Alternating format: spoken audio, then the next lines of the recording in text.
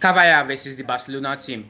Well, I'm going to start off by saying Carvajal has been injured and he'll be out for a very long period of time. And I didn't see the need for Carvajal to play that game. Despite Valverde playing the number 2 position in that game with gastroenteritis, he was not totally fine. He was just trying to play the game because you see Valverde is a super player, and I'm not going to say anything negative about him because he's that kind of player that gives his team everything. Even last season he played for Real Madrid with numerous injuries, and he played, and in some of those games he actually scored or gave an assist. So he's that player that gives his all. But you see Carvajal, I didn't see a reason why he had to play that game. He didn't play more than 20 minutes, and he will be out for 2 to 3 months and will not be available to January. Well, I believe he's getting older, his body is getting weaker, and he cannot keep with the intensity and the pace he used to keep when he was much younger playing for the Real Madrid squad. And there's a tension between him and the Real Madrid the Barcelona youngsters.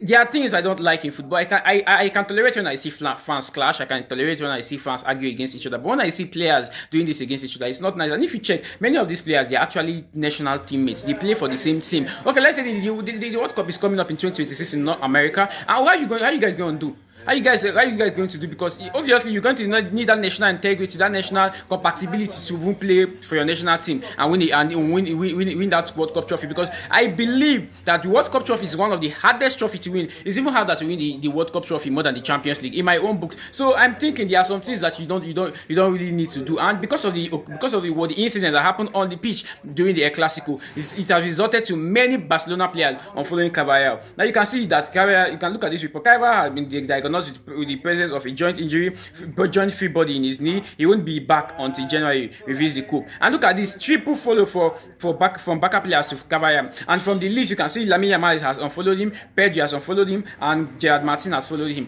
Well, some people say Gerard Martin said it's not that. Everybody has a limit. Everybody has what pieces them up. Something might not happen to me just because it doesn't happen to me doesn't mean I shouldn't take action. Because Gerard Martin didn't take part of the match that day, it doesn't mean that he cannot be pained by the kind of things that happen on the match. Yeah, I agree that Yamal is a young boy. Like that's why I said I give Mbappe so much respect because Mbappe is not just a player that knows so well on the pitch, even off the pitch. He said that Yamal is still a kid, 18-year-old kid. Imagine you taking what an 18-year-old kid said seriously.